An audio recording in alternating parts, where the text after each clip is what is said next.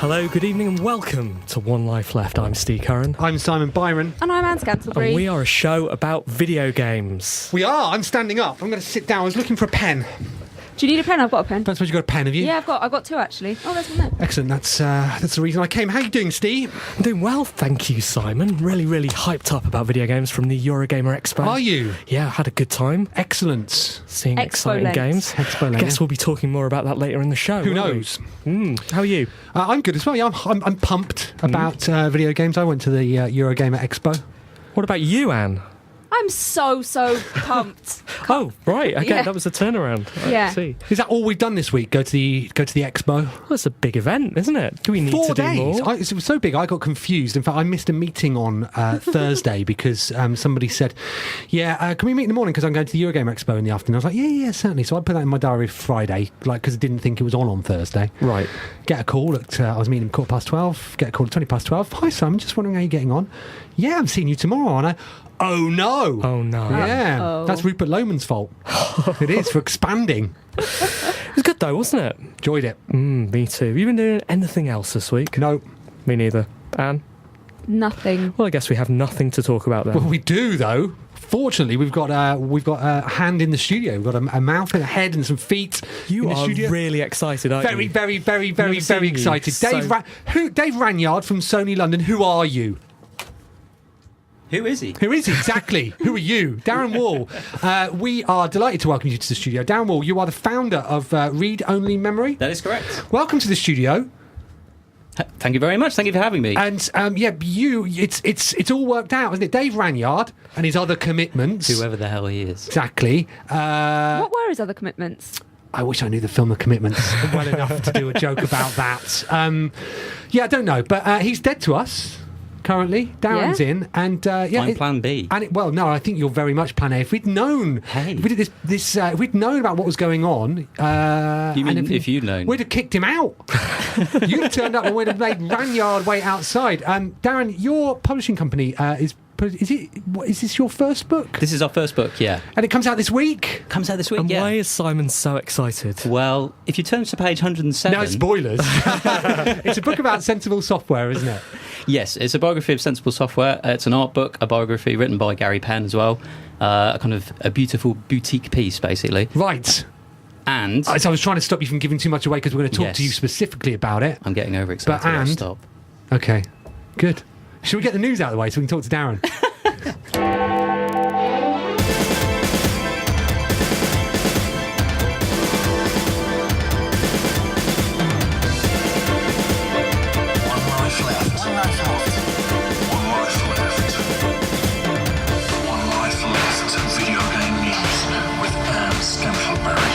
It's 7:04 on Monday the 30th of September. I'm Anne Scantlebury and this is the news. Valve has gone totally nuts for big announcements. Following the Steam OS revelation, the company has gone on to unveil its plans for world dominance with a variety of Steam gaming machines and a Steam controller. The controller has 2 circular trackpads and a touchscreen and looks a bit like Darth Vader. A prototype Steam machine will be sent for beta testing to 300 users later in the year. If this news doesn't kickstart an E17 comeback, then it will all have been for nothing. I think I'm going to clip the chorus out of E17's Steam and use it every time we mention it from now on. Please do. Okay, I'll do what I can. Steam controller, Simon, are you excited? Well, it looks a bit like Darth Vader. Which bit of Darth Vader does it Like look that, like the eyes minus the mouth. Okay. Just like eyes and cheek. Do you think that's the look they were going for? Yeah. And what bit of Darth Vader does what? Do you know? Which bit of Darth Vader is the high-resolution haptic pad? The trackpads, his eyes. His eyes. You rub his eyes. You So rub Darth tickle his Vader's eyes. eyes. Anne, can you explain to me exactly what is exciting about the Steam controller? It's not got a knobbly out bit. Right. You just rub it. That does an sound indie, not an exciting. Clip that out. You could charge £1.50 a minute for that sort of chat, Anne. Yeah, so it just looks like two eyes, and then in the middle it's got a touch screen, and it's very, it doesn't have any colour on it. It's very, very black. Just like Darth Vader. Looks just like Darth Vader. It looks kind of malevolent. So what does haptic controller mean, Simon? What's the haptic bit? I believe it means that you can rub it, and it's a touch screen without having a touch screen. This is the sexiest news story we've ever done. Darren, what did you think of the announcements? Well, I thought it looked like a tiny baby owl. Is it just me? I thought it was exciting. I've read lots of people trying to describe what it feels like to play it, and nobody seems to describe it. It sounds like people from the 70s describing taking LSD. And that makes me very excited. That must be a cool piece of kit. I saw a very, very practical explanation of the joypad by one of the guys who did Super Meat Boy, Okay. who explained that, he said that it's very, very good for what it is. He can understand why people think it might not be, but he's played Super Meat Boy to an excellent standard with it, and it is the sort of haptic nature of it that makes all the difference. He then said he played what's another platformer? He played another platformer with it. Spelunky? Maybe it was Spelunky. That was right, yeah. And he said it was great with that as well. But I'm kind of more interested in seeing how it works with FPSs, I guess, which is the real battle, right, for PC. You're going to be able to map anything to anything, apparently. So you can. So on the outer edge of the haptic feedback. Yeah, exactly. The outer. This is the Steam news section. The outer. Gabe, we love you.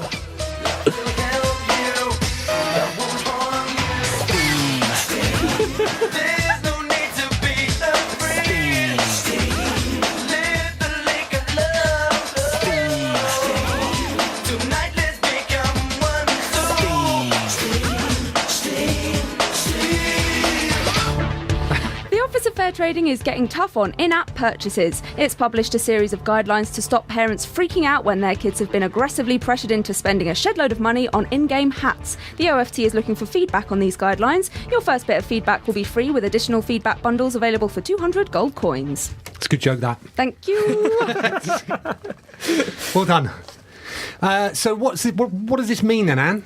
It means that you cannot be aggressive in telling people that they must buy stuff, because it will make other players, it will make them sad, or it will make your character really sad if you don't buy them something. Did you read any of the examples that they gave? I didn't read any specific examples. Well, they weren't specific, they were fictional. Oh. So it was like, imagine a scenario in which you were making a game in which you own little cute horses. Oh, exactly, yeah. which you can get for free.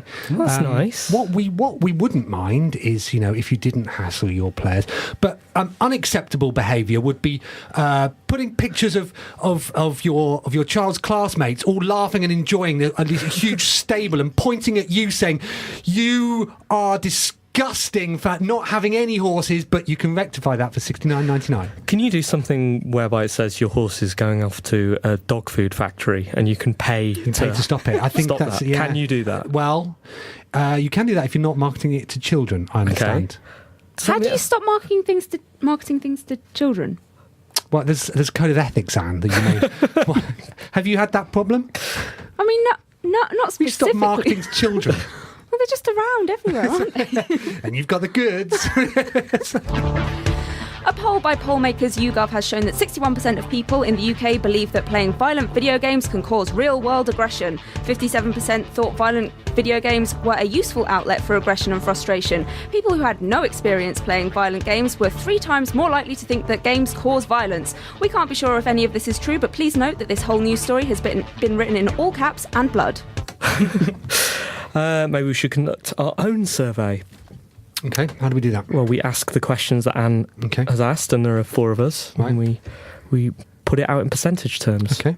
Go on, Anne. Okay, so do you think that playing violent video games causes real-world aggression, Simon? No, because I'm not an idiot. Do it anonymously. Yeah. Oh, sorry. Just do a show of hands. Just show of hands, guys. Show of hands. Sorry, are we putting up for yes or We're no? putting up for yes. For yes. Okay. Okay. Ooh. And for no? And what about you? I am don't know / maybe. Okay. Okay. So that was what 30% said yes, and What, out of wait, 4? 60%. How many arms did Steve put up when he put up his arms? But you don't honestly think that, Steve, do you? What, the video games cause aggression? Yeah. Yeah, I do. Do you? I think they can. They can. Yeah. I don't think they necessarily do. I get angry when I play video games sometimes. Aw, yeah, furious. why? Is it because you're not good enough? Yeah, exactly. It's because I'm getting trolled. Yeah. I smashed a joypad playing F-Zero GX. I get furious when I play Grand Theft Auto, and I'm old enough to know better, so I don't go out and stab someone. But also, But people I get. don't know. Is I that think aggression? I think that they cause your heartbeat to. They cause you to get excited, and that can manifest itself as aggression. I'm sure. Maybe in southwest London, wherever it is you are these days. I don't know. Southeast. Southeast, sorry. Ceased. Yeah, if you, I think it's insane to say that they don't psychologically affect you in some degrry. Well, that's And very also- aggressive of you. Yeah, I know it is. I'm an aggressive argument. It's because of video games. Because of Professor Layton. Yeah. No, I mean Phoenix Wright. So yeah, I think they do affect you, and I think this sort of blanket. No, games don't affect you. They can't possibly affect you. They're fine. Everyone should play everything. Is more damaging because it's No one's saying everybody should play everything, Steve. Okay. See, there are. So do things in place. you think that video games don't cause aggression? I do not think that they do. Okay. Wait, what? Yeah, I don't think that they do. Okay, so they don't cause aggression. I think amongst I mean generally speaking, I don't think that they do. You don't think that the Call of Duty teens who play and call each other bad words on the internet are exhibiting any kind of aggression brought on by that video game? Does Twitter make you aggressive? Yeah, I think it does. People get really angry when People they get angry over drive. TV and over cars, and Everyone should stop driving. What was the point of this survey? Don't know really. They just wanted to have a chat about it. What, they'd run out of things to say, so they asked members of the public. They were YouGoving everything. They're going to YouGov you later. If you're worried about Microsoft's commitment to the Xbox One, you can calm down right now. Speaking at the Eurogamer Expo, Phil Harrison explained that the console will be more than a 10-year journey. During that time, the platform will be improved upon with a big focus on the cloud. Harrison explained that Microsoft has a commitment to a digital future. With so much talk of commitment and the future, One Life Left predicts wedding bells for Phil and his beloved console. do you think that was a good thing to say? That it's I think going it's to last absolute nonsense. 10 years? Yeah, right. So Phil Harrison, where's the money back for my HD DVD drive I bought for the Xbox 360 because you told me that was better than the Blu-rays? Was he part of that lot then? No, he was Sony then, wasn't he? All right. Yeah. So he But actually still. told you to buy a Blu-ray. So But no, in the same way that we all have to apologise for crimes that our ancestors made, so does Phil Harrison. He owes me £100, and I'll give him back that copy of King Kong I've got. Yeah, there's no way this is going to be around for 10 years. No way. More than 10 years. It's going to be more than a 10-year No journey. way. Holding your hand. How long has it been since the Xbox 360? 8, is it? something 7 or 8? like that, yeah. Yeah. Do you think that they're saying, it'll be a 10-year journey, but the journey will end with the beginning of a new journey? Oh, and by the way, you'll go and buy a copy of King Kong. I don't know whether it was a good thing to say or not, whether it's true or not. I don't know whether it was a positive thing. It doesn't make me think, this thing's going to be around for 10 years. It makes it seem slightly boring. No, well, what he's saying is divide your £540 Yeah, buy it by now 10. and it'll last you forever, Yeah. apart from the fact... That there'll be a newer one, Yeah. Xbox 2. I don't know. I just don't... I didn't... To me, I get excited about... I think everybody in video games gets excited by this rollover of technology, right? Everyone likes a new thing. You do, especially. You like buying new things. Do. The fact that there isn't... What, we're getting a new one for 10 years? He's effectively saying there's not going to be another one for 10 years. So you may as well get in early. Yeah, it doesn't make me think Yeah, that. It makes me think, strange. I want an Xbox that's going to be regenerated every 2 years. I want to see the next exciting thing. So would you like to have don't know. them a lot cheaper, but like you have to just buy them every couple of years? Like a Steam box, a modular Steam box. Hey, Steve, don't you live in SE17 now? Do you want me to start this again? I want whatever it is that you've got there that makes that happen to stop. And And finally, since colonising actual countries is now a bit of a faux pas, Britain has decided to insert itself firmly in Minecraft instead. Great Britain's National Mapping Authority Ordnance Survey has used more than 22 billion blocks to craft the length and breadth of England, Scotland and Wales. The map was created in just 2 weeks by an intern using real-world data. Whoever builds a giant statue of One Life Left where the 5 Live studios are will win all of the prizes. I saw the story, but I didn't see the results of this. The results are it's there. What? So you can look So you can around. just- Is yeah. it life-size Britain? Yeah? Is it? Is Wait, it? when you say life-size, In you the don't game. get into the... Oh, what's it like? You're a tiny... Okay, Well, do you know what I see Minecraft is? Yes, it is Okay. life-size. Is it? So what, Yeah, it is. Are you sure about this? Yes. So you can start off in Land's End and walk to John O'Groats, Yes. and it will take you as long as it takes Ian Botham. Yeah. So someone has already built Stonehenge, where Right. Stonehenge is, actually. Okay.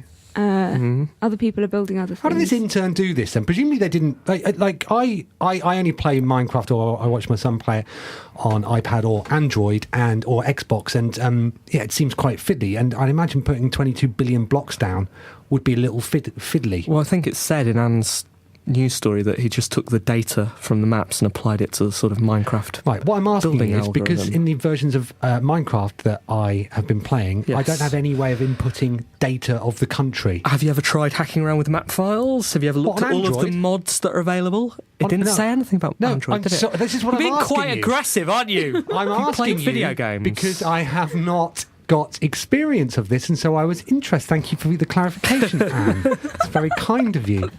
You're going to have to be so kind forever just to prove a point.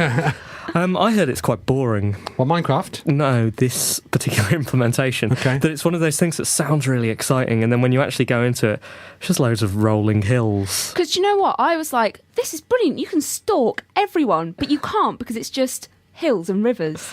That is England. Ugh. Thanks, Anne. One Life Left video game news with Anne Scantlebury.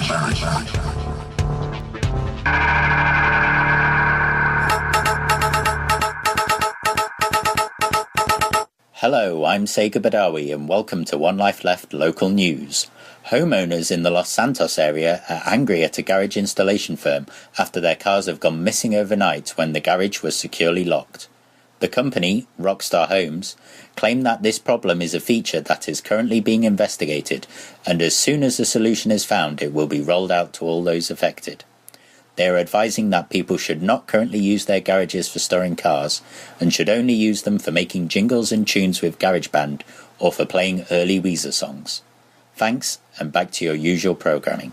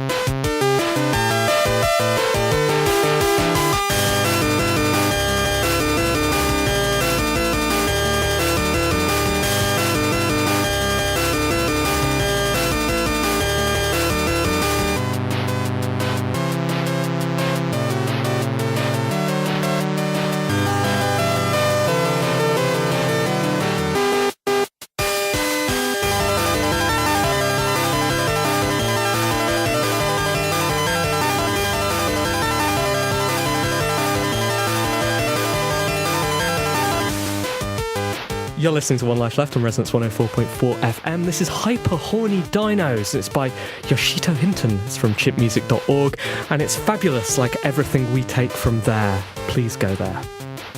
And you just had a social message, didn't you? Yeah, I just had a message from LinkedIn. Oh, that's good news. I've had an invitation to connect on LinkedIn with Tom Mayo, commercial designer at JagX. Oh. I'm going to tell you right now, Tom.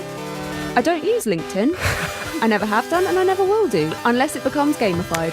Well, you know, Anne, if you did use LinkedIn, Yeah. you could say you were employed by One Life Left. We have a company on Do we? LinkedIn now. You do. Okay, maybe I'll do that tonight. Maybe I'll set up my LinkedIn, but please don't request me. I don't understand what... It's business. Yeah, it's just business.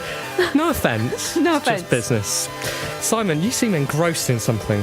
I'm reading a book. It's been a long time since I've done that. It really is. Is it Choose Your Own Adventure? It's a colouring in book. No, it's Sensible Software, 1986 to 1999. Sounds I want to exciting. get cracked on with it. God, that's a young-looking Jon Hare. I think he might be 11 in that picture. Is he? He's stood by sexy Junkie George. That's Chris Yates, his partner. Oh, sorry, Chris. Yeah, sorry. No, you're right. Jon Hare looms large in the history of One Life Left. I didn't He realise that does. they looked so alike when they were younger. He used to They do were a quite- feature called Jon Hare Sticks It to the Man. Was this his political slots? It was. He Do was- they get a mention in the book? Jon Hare's political slots. I like that. Register You that told me I couldn't URL. swear. Did yeah, sorry. So tell us about the book. Right, yeah, so it's a complete biography of Sensible Software from their inception when they were teenagers, right up until the sale to Codemasters in '99. Was this your idea? It was, yeah. So why Sensible Software? Well, I had known John for a while through doing some amateur podcasting. Oh, yeah. He started that, is he? no, Is he? myself. Oh, right, Yeah. okay. We interviewed him, and I'd always had the idea that you should be able to buy... I'm a graphic designer, and I'd always wanted to buy art books on video game history. It kind of seemed like there were so many of these great publishers like Psygnosis and the Bitmap Brothers and Sensible Software from my childhood that I wanted to kind of look at the artwork and go through the sprites and learn about the history, and also read a lot of the journalism that I grew up with from Amiga Power, The One, and put it all together into a beautifully designed object. Us graphic designers like to pore over beautifully designed books on the internet, but often they're just on chairs from the 1930s or something like that. So I kind of wanted to give that graphic design feel to a book that was about something I cared about. I don't think this has been done before, sort of an in-depth... I don't think so. collection of... It came about because you were fans of Sensible back then, and I have to say, I don't want this to become a theme of our guest, but you don't look old enough to have played. Have you been drinking Jasper Byrne? That's young. I guess. Does he look young as well? Jasper Byrne, yeah. He's done a lot in his life as well. Apparently so, yeah, but not enough to warrant a book. But so I drink a lot of water. So we're going to have to start collating these. So you were fans of the games. Yes, I grew up Back with them. then- It was the subject that I kind of felt that I knew the most about. I was playing the most games. Life was the most boring as a sort of 12 to 13-year-old when Sensible Soccer, Cannon Fodder, Megalomania were out. I was reading lots of Amiga Power. So it was kind of like the knowledge of the journalism of the time and the knowledge of the games. I knew I could kind of edit a great, sensible art book and biography book. And so the idea came about. Who did you approach about it first? We spoke to John first. We had a meeting at BAFTA and he elected that Gary Penn should be the perfect person to write it. So we approached him and he's like the nicest man in the world. Gary is here. What's Gary up to these days? He's working at Denki. He's still at Denki, so this was a side project for him. That's right, yeah. He was Cool. doing it in the evenings. We were sending lots of Google Docs to each other at 2 a.m. Right. I thank him endlessly for his patience. Gary was meant to do a feature for One Life Left too. Political slots. No, it was well, we actually never got started on the content. Okay. It was going to be called The Pen is Mightier Than the Sword. Oh, yeah. Never Right. did anything. So Sensible were unusual in that they were, so they burst onto the scene. They were very, very British, Yes. incredibly successful. And them and the Bitmap Brothers were sort of like the rock star devs, weren't they? Exactly, But then their story has has a start and an end, as you say. So, I mean, Yeah. to be able to chart that period. As a fan, when you were putting this together, what sort of stories did you uncover that you hadn't heard of? Or Yeah, it's quite weird that a lot of people know about Sensible without even realising they were such good publicists. Like, we all know about the kind of Cannon Fodder video, and we all know what they look like. We know the names of them, which is quite unusual for developers at that time to be personalities. But the most interesting thing for me was that when they kind of dropped off the radar, they did Sensible Golf, which wasn't much of a hit, and then suddenly PlayStation came along, everyone was distracted, and then 10 years later, where was Sensible? Yeah. There was a £3 million deal they got with Warner, which is what we cover at the end of the book, and it covers 3 games. 2 of them didn't come out. And it's really interesting to see what went wrong for them, right? And why it didn't work. They really struggled with the move to 3D, didn't they? Yeah. In fact, a lot of developers fell off the radar because they just couldn't keep up. Bitmaps, Graph Gold. Yeah. Does this cover sex and drugs and rock and roll? Is that in here? It does. Yeah, that's the last chapter. Is it interesting? So does it have a lot of swearing in that? Is it right? I bet. I heard that Jon Hare was thrown down the stairs by Sean Brennan. Is that right? That story is in there. Is it? He claims to have thrown him down the stairs. I don't think that's the case. Well, that whole time, the whole Sensible were on the rise, and then they signed with Virgin because they were with Renegade. Yes. Renegade got bought by Warner. That's right. What games did Virgin do? Did they do Megalomania? Virgin did Cannon Fodder. Cannon Fodder, okay. And Sean was angry that John didn't sign Sex and Drugs and Rock and Roll. Yeah, you've just kind of got to my favourite bit of the book. Okay, sorry. Virgin and Warner were basically bidding against each other. Yeah. And this is the kind of pinnacle of Sensible. They were so huge. Everyone wanted Sensible Soccer, and they just threw money at them. And both of them were kind of making counter-offer. And basically the throwing down the stairs story you talk about is where John has to decide to go with one. Yeah. And he had made lots of sounds like he would be going with him. What sort of sounds? How do you spell those? But yeah, the story where John breaks it to Sean that they're not going to be going with Virgin is a juicy one. I think it contains the quote, "I'd shake your hand, John, but you'd only buy it off." I mean, it was, and I mean that time. I mean, so it's when Virgin emerged, and they started throwing a lot of money around. That was, I think they invented the ridiculously expensive press junkets. They did a load of stands at ECTS that cost £1 million, and all of this sort of stuff. And there were stories about at the time. Well, actually looking back on it now, no one knew what they were doing then or what they were creating. And I think, they were just throwing money at it. It was and of course the irony is that Sex and Drugs and Rock and Roll never came out. No, it never came out. 36 months of development, and there was no playable game.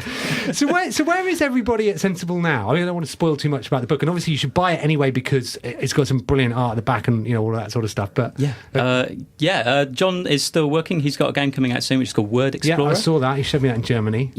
Stu Cambridge, who did all the brilliant pixel art for Cannon Fodder, is still working, and he's on Twitter at Stu Cambridge. And Jules Jameson, who coded Cannon Fodder, is in Canada now. I think he's doing a Kickstarter at the moment involving solar panels. Right. And Kickstarter's where the book came from. That's right. Originally. A year ago, we just finished our Kickstarter. Great. And so how was that? It was great, yeah. It was when Kickstarter was still in dollars. Yeah. It was a bit of a punt, really. I'd shopped this around lots of proper publishers before, and they'd all kind of given me blank stares, and so Kickstarter seemed the right place to try it. And so they all turned you down, and what were their reasons? Gamers don't read. What is well done, software? Simon. Yeah, that's right. It was too niche basically, Okay. and then Kickstarter came along and made it all possible. Gave you that which is audience, great. Everyone who's backed us. So what happens really next? We've got another book coming out we're kickstarting in a few weeks actually. Gosh, we're all going to be at it. Yeah. Sorry, before we move on to that, so if you didn't kickstart this, can you still buy this? You can buy it now. You can buy it now. You get it this week. It ships this week. At readonlymemory.vg. Great. And how much is it? It's £25. Well worth it. It looks lovely. So you're going to be moving on to a Kickstarter. Steve's launching his Kickstarter. Can I say when? Yeah. It's a week on Wednesday. Is that the One Life Left game? No, that's fallen by the wayside. And I'm going to be doing mine in probably the middle of October. Oh. So we're all going to be at it. Can you give us any tips? I don't know. Let's just... No, I definitely can't give tips. Right, this is competition. Sucking the money out of the Kickstarter economy. Lots of updates. Lots of...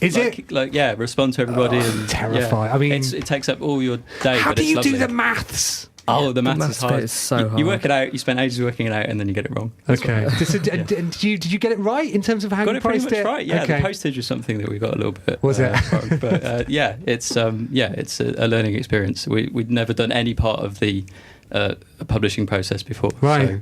So a brilliant project to lots get off the ground. Lots of hilarious late night realisations at 2 a.m. that it's going to take another couple of weeks before it's done. Is there anything in here is there anything not in here that you had to, so did you have to cut much out for legal reasons? No, we extended by 40 pages. Oh yeah, there was a legal read by us where we just removed a few sweary words, but no, it was pretty clean. Well, actually, I think everything's just in there. So Wow. buy it now before it gets taken off the market. I cannot wait to get stuck into it. It looks absolutely wonderful. Thank you. And it's right up my street. So You're in it, Simon. I am in it. No, I am Yes. in it. So we jokingly said, because my idle claim is that I'm the current sensible soccer world champion. Idle claim. Idle would imply you don't ever make it, which is... I think what I meant was that I've got no proof for it. Now you do. Well, so I say Citation. current. I say current because there have been championships subsequently, but they've never been official, which is what this one was. And when I told Steve and Anne that you were coming on, Steve said, "I look forward to reading the chapter about you in it." And of course, I'd already jokingly said this to you. I hope I'm in it, and I am. Page 107, mentioned in an interview. Anne is going to find that while we listen to the next feature, and she can read it out. Okay, wait. Okay, this is Adam Avatar. Dr. Avatar, you're needed in surgery immediately. Avatar, you're the only one that can do this. You're gonna have to operate.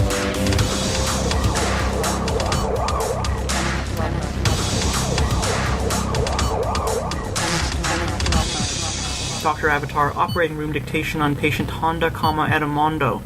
Operative diagnosis class 3 morbid obesity and unsuccessful medical weight loss therapy. Estimated blood loss nil, OR time 6 hours. Mr. Honda was admitted to the hospital following his second myocardial infarction, and it became evident that the patient's weight had further skyrocketed since the end of his sumo career. As a last resort, he consented to bariatric surgery. The patient was draped in the usual fashion, and his pannus was sterilized for incidental fungus collection discovered in one of his epidermal folds. The remains of an onigiri were found by the anesthetist and discarded during the operation. Following induction of general anesthesia, a laparotomy was performed. At this point, we performed a Roux-en-Y anastomosis gastric bypass.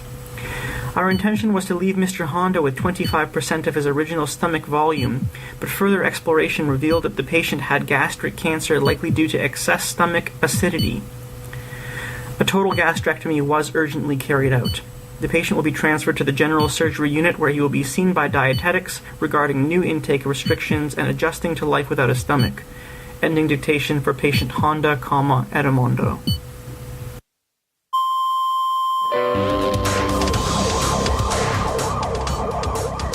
That's Dr. Avatar. You can find him at Dr. Adam Avatar on Twitter. He had this to say: "Please advise your listeners that they did not hear a naughty word in the episode. The word pannus denotes a large layer of abdominal fat." We're always learning. Email, messages, and forward BCC. One life letters. Well, no, we knew about that, because if there's one thing I know, it's about large layers of abdominal fat. So I'm on this 5-2 diet, Anne. How's that going? Haven't eaten today. Are you on a? I'm angry. You're on one of the 5 today. One on one of the 2. Is that? Well, oh, right. Okay. You're on one of the 2. Good. Okay. Letters. Hi team. Anne, long-time listener, first-time emailer, etc., etc. I'm going to university next year and was wondering if you had any ideas or suggestions of good unis to consider. I'll also be at the Eurogamer next week in case that matters. Winky smiley. Thanks, Sam. Bournemouth. Where did you go, Anne? Queen Mary and also Goldsmiths. I went to the University of York. I would recommend other universities. That's not true. I'm sure it's fine if you like that sort of thing. And I grew up in Bournemouth. You went to the University of Life? Would you recommend it? I would, yeah. Darren, you know anything about universities? I went to Bard Spa University College. Served you well. Look at you with a successful publishing company. Look at me. Do we have any? Does he say what he's going to do? No, that's it. I don't know what you're going to do. Just enjoy it. Honestly, our recommendations are all course-based, so you'll have to get back in touch and we'll try and help you out. Dear Simon et al., I just watched this YouTube clip of the game Dead Ends from Channel 4's Disarming Britain series in 2008. One of the voice actors sounded strangely familiar. Is that OLL's resident poet moonlighting as one of MET's finest? And if so, when is the spin-off game of his backstory coming out? I'm thinking GTA meets Bad Lieutenant with nil-his poetry. Could you make this in Game Maker and put it on Kickstarter? Craig the Rage in Grand Theft Auto versus Bad Lieutenant. I like it. I like the idea. It is not him, unfortunately. But I did forward that on to him. Right. Received no reply. Interesting. He's a very busy man. Okay, dear Steve, Simon, and Darren, which 90s game would you like to see make a comeback, and on which platform? Mobile devices, next-gen consoles, or Valve's Steam Hive Mind? I quite fancy revisiting some of Cinemaware's classics, such as Defender of the Crown and Rocket Ranger. Loving the season so far, and looking forward to getting my hands on the Sensi book. Cheers, Andy. Yeah. What retro games? Does anybody remember the Atari ST and Amiga 3D game called Hunter? I do, yeah. Yeah, kind of eerie landscape, puzzle-solving world. I'd like to play that again. Interesting. Yeah. I'd like to play Ikari Warriors again. Hey.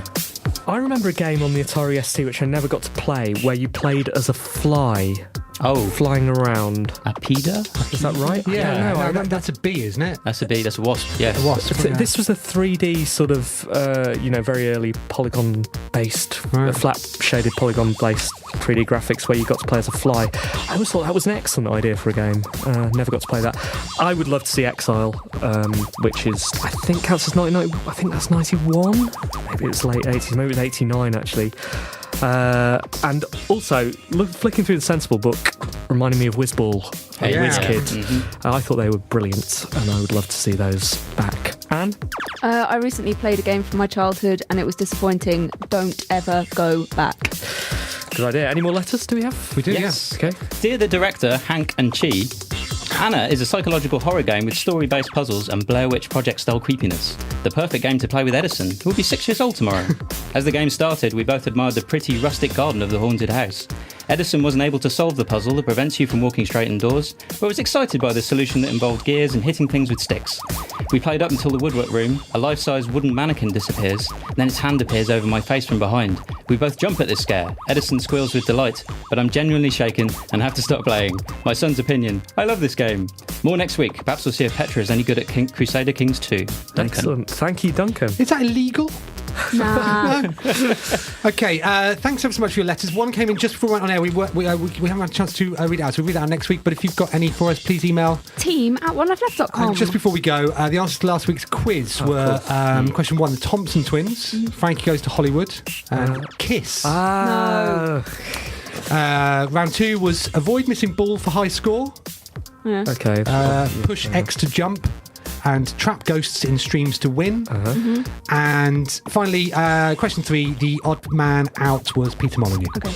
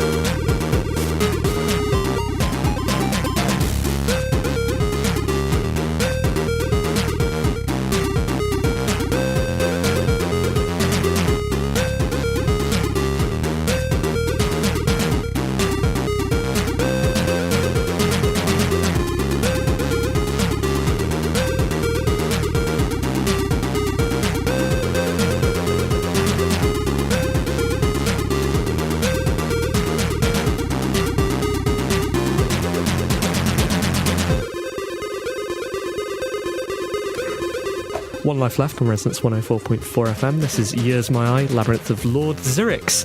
It's made for a Spectrum game, which I think is out this week. You can find it on chipmusic.org. Anne? DD. Did we film it? Really? I want to find those tapes and burn them. The Sensible Soccer World Cup was the worst day of my life. It was the first time I ever suffered the classic gamer big fish in a small pond scenario, where you play a certain game with your mates and you're the best at it, so naturally you assume you're the best in the world at this game, until you play people outside of your group and get mugged. It's ironic that, having hosted a TV show in which people play video games under pressure, the first time I ever had to do that, I wilted. To this day, I know I could have beaten Simon Byron. JH, I got knocked out in the second round. The final was between Zap64's Phil King, representing Denmark, and Jason Dutton from ST Action as Germany. Phil won 2-1 to become the first ever Sensible Soccer world champion. We did it again a year later, and Simon Byron, editor of The One at the time, won as England. I beat Phil King. Dominic didn't mention that actually in our group round, he suggested quietly that we play for a draw in order for us. That's fixing. I found he emigrated to Canada. Maybe it's all about the shame related to that. Yeah. Is he? Look, yes, he is. Yeah, he's on the radio there. Yeah, so in book, it's official. Thank you so much. Your name in print. Name in print. It's only been a long time since that happened. Wow, you look genuinely touched. I'm really pleased. It's just nice to be remembered, you know. All right, it's time for Science Officer. Science Officer update. After over 3 years floating in deep space, this human specimen was eventually recovered from a damaged escape capsule. The human male has since returned to active duty. Sometimes he has eyes that look sad. Science Officer's audio log. In situations like this, you should expect a period of adjustment. That's what the Psych Officer said when I was reposted. I was a little worried that the mechanics of what I do would have moved forward in the time I was out, but there was little sign of innovation. And the old me would have been cool with that, but that's not who I am anymore. They say you don't dream in cryosleep, but since my escape capsule was damaged at launch, I was never in cryosleep. And 3 years tumbling end over end through a pitch-black cosmic void, with nothing more than an improvised saline drip and minimum life support, gives a guy a lot of time to think, in between the panic attacks and blackouts. After weighing up the morality of every decision I'd ever made, and inventing speculative but surprisingly detailed life stories for all those pretty girls I never talked to in Science Officer Academy, I started thinking about why I got into this game in the first place. How did it take over so much of my life? I just remember it used to be fun, but at some point, it turned into a job. The hours it required, the endless firmware updates, the nagging feeling that maybe the golden age was long gone. It was supposed to be about new worlds, new experiences, but I couldn't shake the feeling of déjà vu. Maybe that's because 5 years ago all science officers were issued with déjà vu finders, but still. When I mentioned this to the psych officer, he said, "I think that's ennui." So I said, if it's on you, why don't you do something about it? Then I hit him. It felt good. It felt like progress. Science Officer, out. You can find the old Science Officers, the first batch, at www.science-officer.blogspot.co.uk. It's good. It's good. So, you're a gamer. Oh, yeah. Let's talk about it. Let's discuss it. How was it for you? For me, I went on the Friday. I didn't have a ticket. I walked up to the organiser's office. I said who I was and what I was doing, and they gave me a ticket. I went in and I did that thing, and then I left. Well done, Simon. Thanks very much. Yeah, I didn't spend a great deal of time. I got there about 1:30 on Friday. It was busy, wasn't it? You know what? It was busy, but it was a level of busyness I could cope with. It wasn't like E3 where you enter and after 5 minutes you hate everybody and video games and everything. But E3's not so well ticketed, is it? No, quite. I felt that Eurogamer could have shoved about twice as many people in there. They could have sold far more tickets than they did, and they certainly could have done that because it sold out, and I'm glad they didn't because it made it, I wouldn't say pleasant, but it was totally tolerable.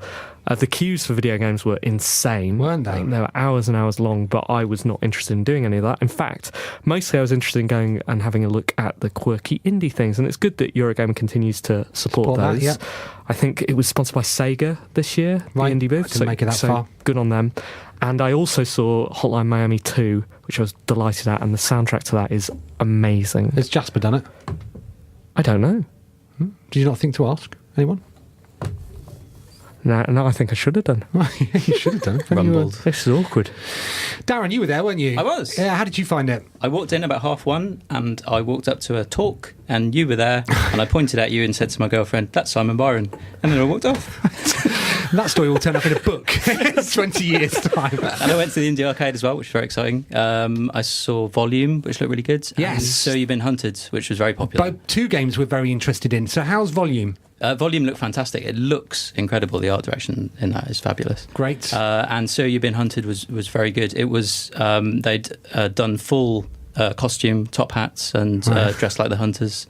Very impressive. That game is really, really good. Yeah, I'm excited to play it. Obviously, I don't have a Steam press account, so I can't. You know what? It didn't help me. Jim Rossnell personally sent me a key. Shut up! Are you joking? The perks. No, because he's one of the good guys. Right, and what does that make me? You Not the recipient of You work it out, Simon. Yeah. One of the aggressive guys. Wow, Anne.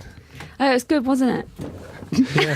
So you two went to the party on the Thursday night. What was that like? Oh, it was brilliant.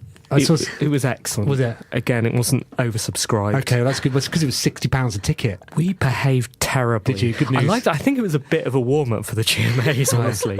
Just sort of testing the water to see what we could get away with. It turns out we can get away with anything. Okay. Yeah. We had a lovely time. Did we offend anyone, do you think? No, not at all. I don't even think we went out of our way to offend anyone. Which is unusual. We did make Andrew Smith stay out much later than he intended to. That's true. We made him get us 6 drinks as well. We did. 6? I don't know why we picked that number. Well, it's But easily divisible by 3, isn't it? He stole our game. Right, he did. Yeah, he did. So he does owe us. So he owes us, and that debt isn't cleared yet. Right. Not yet. So you have not to at keep all. bringing us drinks. We got our photos taken. You put them on Twitter. That was excellent. So many photos So many taken. photos. Right, did we learn any gossip, though? Oh, did we learn any gossip? Well,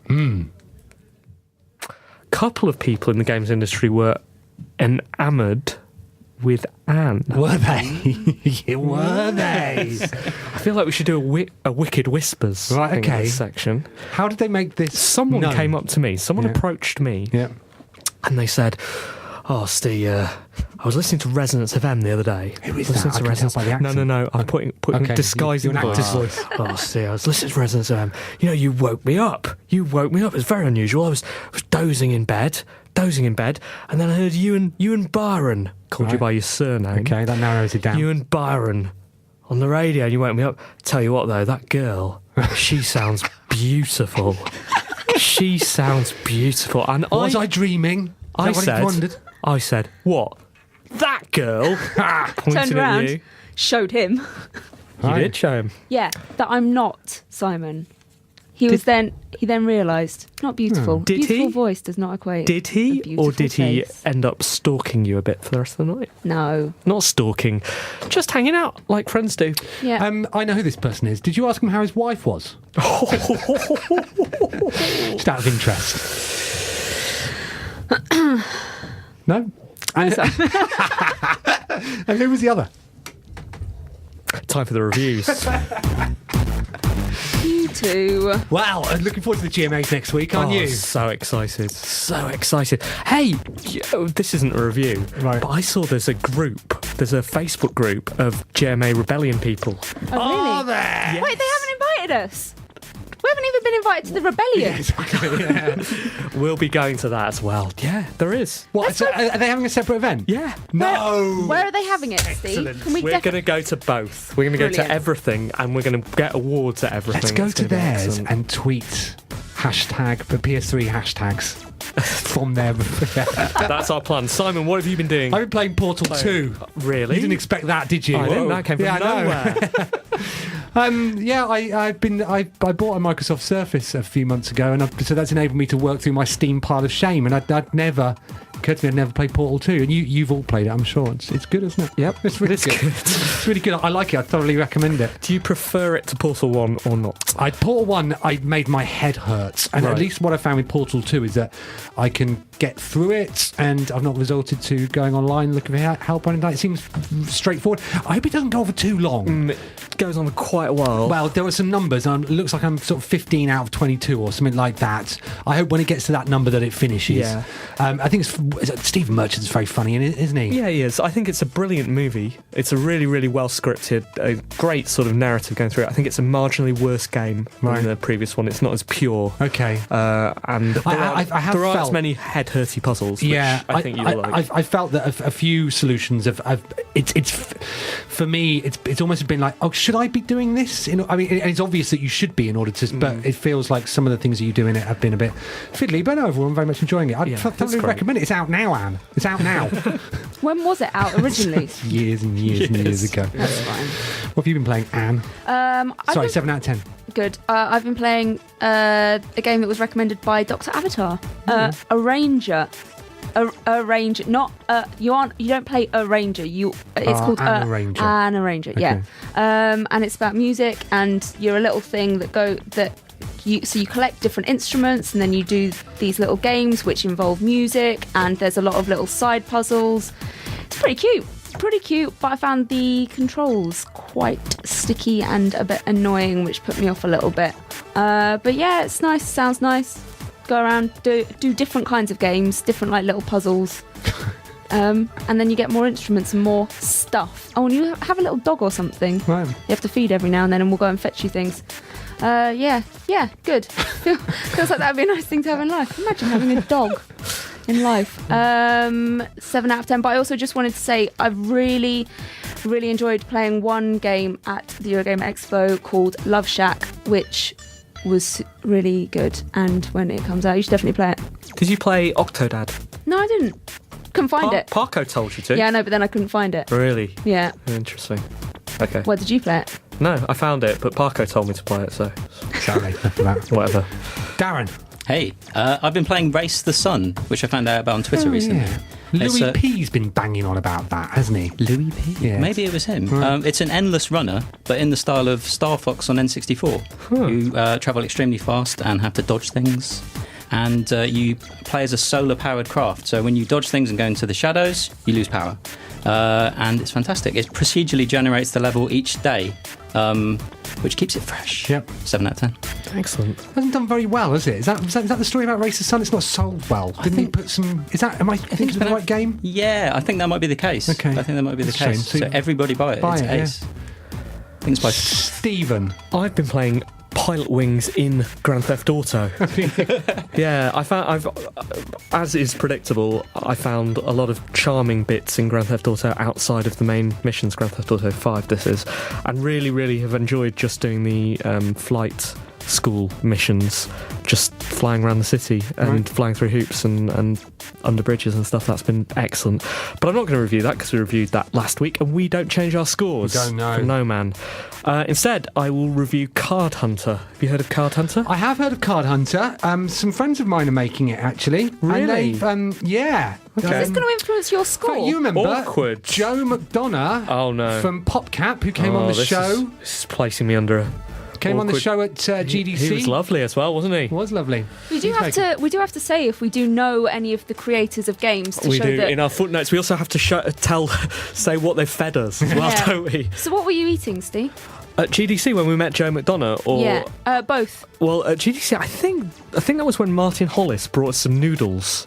May have been the same day, yeah. Yeah, and I think that when I was playing Card Hunter, which I've been doing over the last few nights, I've been eating some custard creams. Interesting. So, Good. but I should say they were 57p, and Joe McDonough did not buy them.